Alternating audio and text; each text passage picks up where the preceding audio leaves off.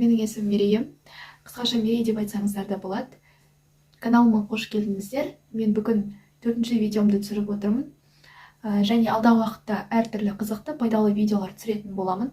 Бүгінгі видео аты айтып тұрғандай жаңа жылға қатысты. Біз жаңа жыл мерекесінде не істейміз? Әрине, ата-анамызды, жақындарымызды, достарымызды қуанту мақсатында сыйлық сыйлаймыз. Сыйлық сыйлаған кезде бірден ойланамыз, не сыйлауға болатыны жайында. Сол жерден мен өзім ойыма түсіп, жаңа жылдық сыйлыққа арналған 20 шақты идеяны дайындадым. Приятного просмотра. Енді алғашқы идеядан бастайық.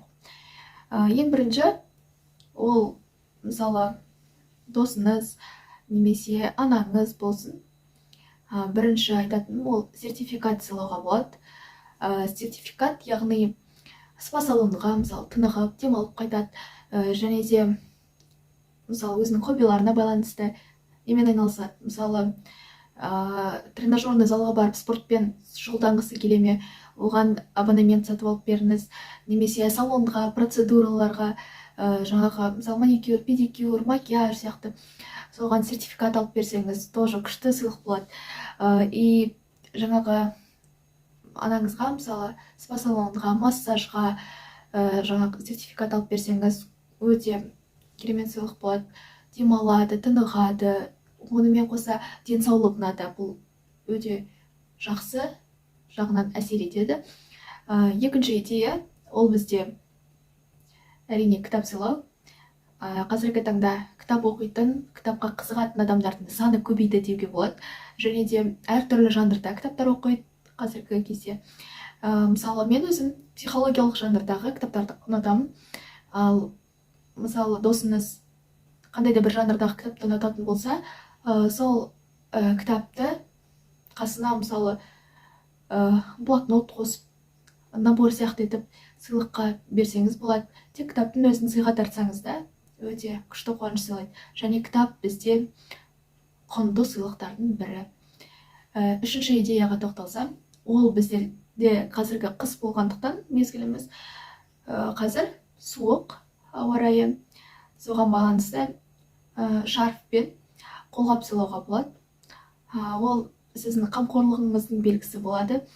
Мысалы, сондай күшті, жұмсақ, қалың шарф сыйласаңыз, және қасына сондай қалың, әдемі қолғап сыйласаңыз, қандай күшті. Төртіншісі идеямыздың ол бізде жаңағы термос алып беру, қыс мезгіліне байланысты. Яғни термоста, мысалы, ыстық етіп, далаға шыққан кезде, сыртқа шыққан кезде, басқа шаруалармен болсын, ыстық етіп шай ішіп, немесе өзінің сусындарын құйып алуға керемет таптырмас құрал. Бесінші идеямызға тоқталсақ, ол бізде қыз баласына қажетті уходовый және декоративный косметика сыйлау. Уходовый косметикадан айтатын болсам, уход бізде 4 этаптан тұрады ғой. Мысалы, ең бірінші пенка қолданамыз, екінші тонер, үшінші сыворотка, төртінші крем, онымен қоса маска. Осыларды қосып набор етіп алып беруге болады. Керемет күшті пайдалы сыйлық болады.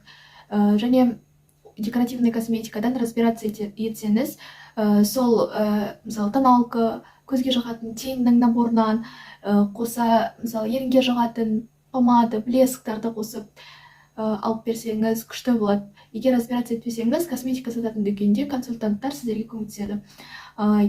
Келесі 7-ші сыйлық, ол бізде адвент календарь сыйлау. Қазіргі таңда адвент күнтізбелер өте көп, тренд болып кетті десе де болады. Мысалы, тәттілерге толтырылған косметикалары бар, тағы да басқа түрлерінен ассортимент өте көп. Мысалы, қазір ең қолжетімді бағада тәттілер салынған адвент календарлар, ол, мысалы, Милкадан бар, ішінде әрбіреуін ашқан сайын, мысалы, 31 күн жазылып тұрады, әрбір сан бойынша, күн бойынша ашқан сайын эмоция сыйлайтын болады. Ол сіздің жаңағы досыңызға керемет сыйлықтардың бірі болады. Мысалы, ақшаңыз жетіп жатырса, қаражатыңызға қарай уходовый косметикалардан, жалпы косметикалардан тұратын адвент календарь алып берсеңіз, бұл өте керемет сыйлық болады. Келесі 8-ші сыйлыққа тоқталсам, ол қыздар әдемі болып жүру үшін боянады және укладка жасаған жақсы көреді. Соған себепті бізде фен, плойка, выпрямитель сияқты шашқа арналған құрылғылардан сыйлық сыйласаңыз керемет болады. Мысалы, укладка жасауға плойка сіз жаңағы выпрямительсіз жасау мүмкін емес. Және де ақшаңыз жетіп жатса, Dyson алып беріңіз. 9-шы сыйлық, ол бізде мүмкін даму жолында жүрген досыңыз болса, немесе жақыныңыз дамытуға байланысты, өзіңді дамытуға курстар өте көп, онлайн курстар, семинарлар, солардан орын алып беріңіз, жаңа билет алып беріңіз семинарларға. Сонда ол бізде өте пайдалы сыйлық болады, құнды сыйлық, себебі білім әрдайым құнды, қажет. Солай емес пе? Келесі 9-шы сыйлық, ол бізде жаңағы бізде қыс мезгілінде жаңа жылды күткен кезде не істейміз? Әрине шыршаны безендіреміз. Шыршаны безендіруге арналған декоративті ойыншықтар, мысалы жұлдызшасын, гирляндасын алып берсеңіз, тоже күшті сыйлық болады. Келесі сыйлық, ол бізде карта желаний сыйға беру. Қазір наборлары сатылады, мысалы онлайн магазиндерден, мысалы Wildberries, тағы Flip'тан мүмкін, одан басқа жерлерде де сатылады. Мысалы ватманмен жаңағы наклейкалары, жазатындары, қалай барлығын орналастыру керек, бәрі жазылған набор болады. Соны сатып алсаңыз керемет сыйлық болады. Неге? Себебі біз жаңа жыл болған кезде өткен жылдың итогын шығарамыз, келесі жылға мақсаттарымызды құрамыз. Сол кезде карта желаний арқылы визуализация жасасаңыз, сіздің жаңағы мақсаттарыңыздың орындалуына көптеген нәтиже беруге, бұл бізде, қалай айтсам болады, толчок болады да. Карта желанияға қарап отырып, мақсаттарды орындауға адамда ынта ашылады. Келесі сыйлық, ол бізде театрға, киноға, жаңағы спектакльге сол билет сыйлау. Мысалы, культурный отдых қазіргі кезде өте керек, және де қызығатындай жөні бар. Спектакльдерден адам соншалықты демалады, көптеген ой түйеді, және эмоцияға толы болып қайтады.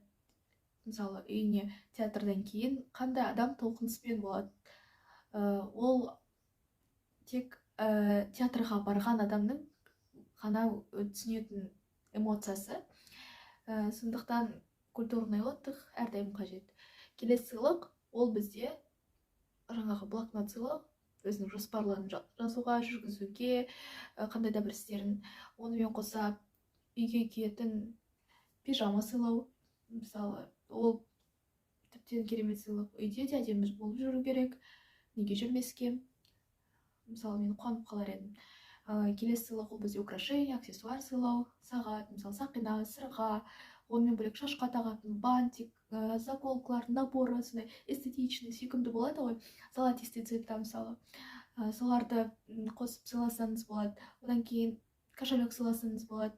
Одан кейін бізде жаңа карт холдер деген бар ғой, карталарын салып қоятын әдемі сондай сыйласаңыз болады. Одан кейін духи сыйлаңыз, парфюм, тіптен керемет күшті естен, сладкий болсын, нежный болсын, естен сыйласаңыз, анаңызға болсын, жақыныңызға болсын, досыңызға. Одан кейін өзіңіздің қолыңыздан келсе, рукоделие дейді ғой, қолыңыздан қандай да бір әшекей бұйымды сыйға тартуыңызға болады, немесе қолыңыздан торт жасап алып барыңыз. Және де одан бөлек мастер-класстарға орын сыйлауға болады. Жаңағы, егер ол кулинарияға қызығатын болса, одан бөлек жаңағы курстарды айттық қой. Мысалы, ағылшын тілін, басқа да тілдерді меңгеруге арналған курстардан орын алып берсеңіз, бұл дамуына қосқан үлесіңіз болады. Сонымен менің осы видеом тамам. Менімен бірге болғандарыңызға рахмет. Менің каналыма тіркеліп қойыңыздар. лайк басыңыздар, комментарий қалдырыңыздар, ойларыңызбен бөлісіңіздер. Алдағы уақытта қандай видеолар түсірейін, идея жаза кетіңіздер. Менімен бірге болғандарыңызға үлкен алғысымды айтамын. Және де алдағы уақытта пайдалы видеолар түсіруге тырысатын боламын. Сау болыңыздар. Барлықтарыңызды жақсы көремін.